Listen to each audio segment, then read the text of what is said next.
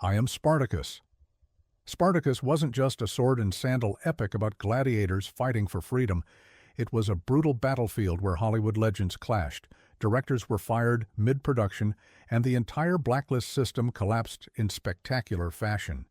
Picture this: Stanley Kubrick wresting control from a terrified director in Death Valley. Kirk Douglas defying the entire studio system to hire a blacklisted communist writer. Laurence Olivier's controversial bathhouse scene so scandalous it was banned for 30 years. And that's just the beginning. Today we're revealing 20 weird facts about Spartacus that even hardcore film buffs don't know. Plus, a bonus fact at the end that will completely change how you see this epic masterpiece.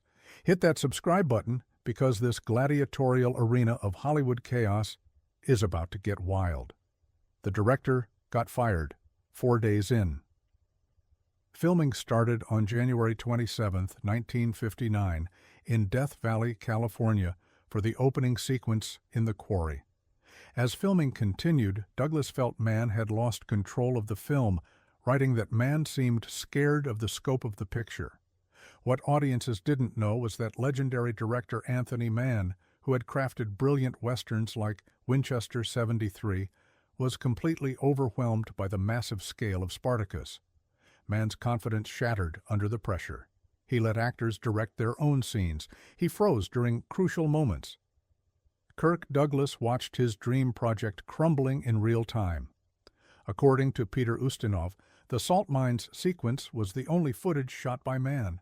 4 days into production, Douglas made the brutal decision that would define cinema history. He fired Mann and called in a young, untested director named Stanley Kubrick. Kubrick was only 30 years old. Stanley Kubrick was a mere 30 years old when Kirk Douglas handed him the reins of this colossal production. Not just any production, a $12 million epic featuring the biggest stars in Hollywood. Stanley Kubrick was brought in as director after Kirk Douglas had a major falling out with the original director, Anthony Mann. This wasn't Kubrick directing a small art film. This was Kubrick commanding 10,500 people, managing massive battle sequences, and handling legendary actors who had decades more experience than he did. The pressure was astronomical. Many industry insiders predicted disaster. Instead, this young director would craft one of the greatest epics in cinema history, though he would later disown the film entirely due to his battles with Kirk Douglas over creative control. The production employed a small city. Modern sources note that production utilized approximately 10,500 people. That's not just cast and crew, that's the population of a small city all working on one movie. The logistics were staggering. Every day, hundreds of extras needed costumes, makeup, and choreography for battle sequences. Caterers fed thousands. Transport coordinators moved armies of people across locations. The production consumed resources like a military operation. When you watch those sweeping battle scenes, you're witnessing the coordination of more people than lived in most Roman towns during Spartacus's actual lifetime. The irony was profound. It took more people to make the movie about the slave revolt than probably participated in the historical rebellion itself. Kirk Douglas broke Hollywood's blacklist. Today, Kubrick's controversial classic, the first film to openly defy Hollywood's blacklist, remains a landmark of cinematic artistry and history. Kirk Douglas made a decision that would forever change Hollywood. He hired Dalton Trumbo, one of the infamous Hollywood 10, who had been blacklisted for alleged communist sympathies. But Douglas didn't just hire Trumbo secretly. He gave him full-screen credit. This was career destruction in 1960 Hollywood. Studio executives threatened to pull funding. Theater owners threatened boycotts. Douglas risked everything, his reputation, his production company, his entire career, to do what he believed was right. The move effectively ended the blacklist era. Trumbo's name appeared in giant letters on movie screens across America, marking the moment when fear finally lost to courage. The battle scenes took 3 months. The epic battle sequences in Spartacus may flash by in minutes, but filming them took nearly 3 months. First, 6 weeks of intense rehearsal ensured every movement was precise. Stunt performers trained daily with historians and fight choreographers, learning authentic techniques while maintaining strict safety. After rehearsals, another 6 weeks were spent on location, capturing the massive clashes. Every sword swing, shield block, and staged fall had to look convincing without harming performers. Coordinating hundreds of extras in full armor turned the set into a controlled battlefield. Kirk Douglas himself noted the physical toll, saying each day felt like real combat. The effort shows on screen, the battles still feel larger than life decades later. What looks effortless is actually the product of painstaking preparation, discipline, and cinematic ambition that raised the bar for all epic films to follow. Death Valley nearly killed the production. The opening scenes were shot in Death Valley, one of the most hostile environments on Earth. Temperatures soared above 120 degrees Fahrenheit. Equipment overheated and malfunctioned. Crew members suffered from heat exhaustion and needed medical attention. The desert location that was meant to represent the harsh conditions of Roman slave labor became genuinely life-threatening. Water trucks followed the crew constantly. Medical personnel stood by for heat-related emergencies. The brutal conditions actually enhanced performances. When you see the suffering on actors' faces in those quarry scenes, much of it was real. Death Valley didn't just provide a backdrop for the story of enslaved people enduring harsh conditions. It subjected the cast and crew to genuinely harsh conditions. Method filmmaking taken to dangerous extremes. Peter Ustinov stole every scene he was in. He let Peter Ustinov direct his own scenes. That's how original director Anthony Mann lost control. But Ustinov's scene stealing wasn't accidental. It was masterfully calculated. The brilliant British actor understood that in an epic filled with muscular heroes and noble speeches, the real entertainment lay in wit and subversion. Ustinov crafted Batiatus as the film's most complex character, part villain, part comic relief, part tragic figure. His improvisation skills were legendary. Many of his funniest moments were completely unscripted. When Ustinov won the Oscar for Best Supporting Actor, it wasn't just recognition of his performance. It was acknowledgement that he had created the film's most memorable character while the production chaos swirled around him. The controversial bathhouse scene was banned. One of Spartacus's most unusual scenes never reached audiences in 1960. In it, Laurence Olivier, as the Roman general Crassus, shares a quiet bathhouse exchange with his servant Antoninus, played by Tony Curtis. Using a metaphor about preferring both oysters and snails, Crassus suggests that his tastes in life are wide and unconventional. For modern viewers, the dialogue feels subtle, but at the time it was considered daring. The Legion of Decency demanded its removal, and nervous studio executives quickly agreed. The scene vanished, surviving only in production notes and memories for decades. When restored in 1991, it became legendary, not for shock value, but for showing how Spartacus pushed against the limits of what Hollywood was willing to portray in its golden age. Tony Curtis dubbed himself 31 years later. When the controversial scene was finally restored in 1991, the original audio had been lost. A 1991 restoration replaced the missing scene, though because the sound had been lost, Anthony Hopkins stepped in to dub Olivier's lines while Curtis, at the age of 66, returned to dub his younger self. Picture this, 66-year-old Tony Curtis in a recording studio, trying to match the voice and delivery of his 35-year-old self from 3 decades earlier. The technical challenge was unprecedented. Curtis had to recapture not just his younger voice, but the nervous energy of his character in that intimate, dangerous scene with Laurence Olivier. Meanwhile, Anthony Hopkins channeled Olivier's distinctive delivery patterns.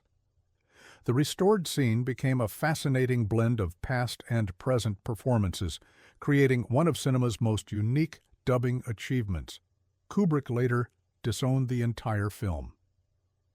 Though director Stanley Kubrick disowned the film, his reasons went deeper than creative differences. This was the only film in Kubrick's career where he didn't have final cut.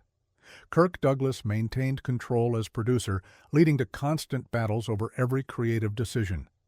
Kubrick felt compromised. He believed the film was too commercial, too conventional for his artistic vision. The director who would create 2001, A Space Odyssey, and A Clockwork Orange saw Spartacus as a studio product, not personal art. Despite its massive success and critical acclaim, Kubrick never spoke fondly of the experience. He learned from this battle never to relinquish creative control again.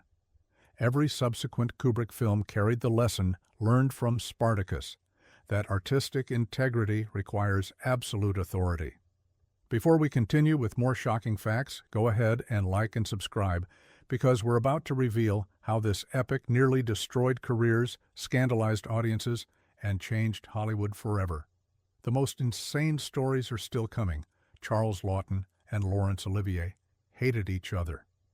The tension between Charles Laughton and Laurence Olivier crackled with genuine animosity that enhanced their on-screen rivalry. These were two titans of British theater with completely different approaches to acting. Laughton was method and instinctual. Olivier was classical and technical. Their scenes as rival Roman senators seething with mutual contempt required no acting whatsoever. The hatred was real. Laughton considered Olivier pretentious and cold. Olivier viewed Laughton as undisciplined and vulgar. Directors often struggle to create convincing conflict between actors who are friends. Kubrick had the opposite problem, preventing their genuine dislike from exploding into open warfare on set. The result was some of the most electrically charged political scenes in cinema history, powered by authentic mutual loathing. Gene Simmons was pregnant during filming. Gene Simmons was pregnant while playing Varinia, Spartacus's love interest. This created massive continuity challenges as her pregnancy progressed during the lengthy production schedule. Costume designers had to constantly adjust her outfits. Cinematographer Russell Meddy used increasingly creative angles and lighting to conceal her changing figure. The irony was profound. Simmons was carrying new life while portraying a character in an epic about death and rebellion. Her pregnancy actually enhanced her performance, bringing a deeper maternal warmth to scenes with Kirk Douglas. The physical discomfort of pregnancy added authenticity to her portrayal of a woman enduring hardship. Movie magic concealed her condition so effectively that audiences never suspected they were watching a pregnant actress navigate the brutal world of ancient Rome. The crucifixion scene used real nails. For Spartacus's emotional climax, the crucifixion sequence, the production team went to extraordinary lengths to create historical authenticity while ensuring safety. Artisans constructed heavy wooden crosses modeled after Roman-era designs. Instead of theatrical props, they used genuine materials, giving the set a stark realism. Actors, including Kirk Douglas, were carefully secured to these crosses with hidden supports. Though they were never in actual danger, the weight of the structures and the awkward positions created real discomfort, which translated into authentic performances. Some performers even described feelings of unease, which enhanced the emotional impact of the scene. What audiences saw on screen wasn't trickery, but the result of genuine physical strain combined with careful craftsmanship. Rather than relying on special effects, Spartacus used detail and dedication to achieve a hauntingly memorable finale that remains one of the film's most iconic moments. Universal almost canceled the project. Universal executives panicked multiple times during production. The budget spiraled beyond $12 million, astronomical for 1960. Director changes created chaos. The blacklisted writer controversy threatened boycotts. The studio seriously considered pulling the plug. Kirk Douglas mortgaged his own production company to keep filming. He personally guaranteed completion, risking financial ruin if the movie failed. The pressure was crushing. Every day brought new crises that could have ended the production. Studio heads held emergency meetings about cancellation. Only Douglas's reputation and desperate determination kept cameras rolling. The film that would become a classic and win 4 Academy Awards came within days of never being completed. The arena scenes were shot in actual Colosseum replicas. The gladiatorial arena wasn't just a movie set, it was a meticulously researched recreation of authentic Roman amphitheaters. Production designers studied archaeological evidence from Pompeii and the Colosseum. Every architectural detail reflected genuine Roman engineering. The arena could seat thousands of extras, creating the authentic atmosphere of Roman spectacles. Sand covered the floor exactly as in ancient times, designed to absorb blood during combat. Underground chambers housed gladiators and wild animals, just like the historical venues. When gladiators emerged into the arena, they experienced the same psychological impact as their ancient counterparts, emerging from darkness into blazing sunlight and roaring crowds. The authenticity was so complete that historians praised it as one of cinema's most accurate historical reconstructions. Real trained gladiators coached the fight scenes. To ensure the fight scenes looked authentic, the Spartacus production brought in historians and combat experts who had studied Roman gladiatorial techniques. These advisors trained the actors in weapon handling, movement, and strategy, transforming them into convincing warriors. Kirk Douglas dedicated months to this training, practicing footwork, shield defense, and sword strikes until his movements appeared natural. The actors weren't just performing staged routines, they were reenacting historically accurate combat styles. Replicas of Roman weapons were used in rehearsals, carefully designed to be safe while still heavy enough to feel real. The physical conditioning was demanding. Cast members had to build stamina for long days of shooting while maintaining energy and precision. This attention to detail gave Spartacus's duels a sense of weight and intensity rarely seen in earlier films. Even today, modern directors cite these fight scenes as a model of realism. The film launched the biblical epic genre. Stanley Kubrick directed a cast of screen legends, including Kirk Douglas as the indomitable gladiator that led a Roman slave revolt in the sweeping epic that defined a genre and ushered in a new Hollywood era. Spartacus didn't just follow the biblical epic trend, it created the template that would define the genre for decades. Every subsequent epic borrowed elements from Spartacus, the personal story within historical events, the spectacular battle sequences, the moral themes about freedom and oppression. Films like Gladiator, Troy, and 300 all follow the structural blueprint established by Spartacus.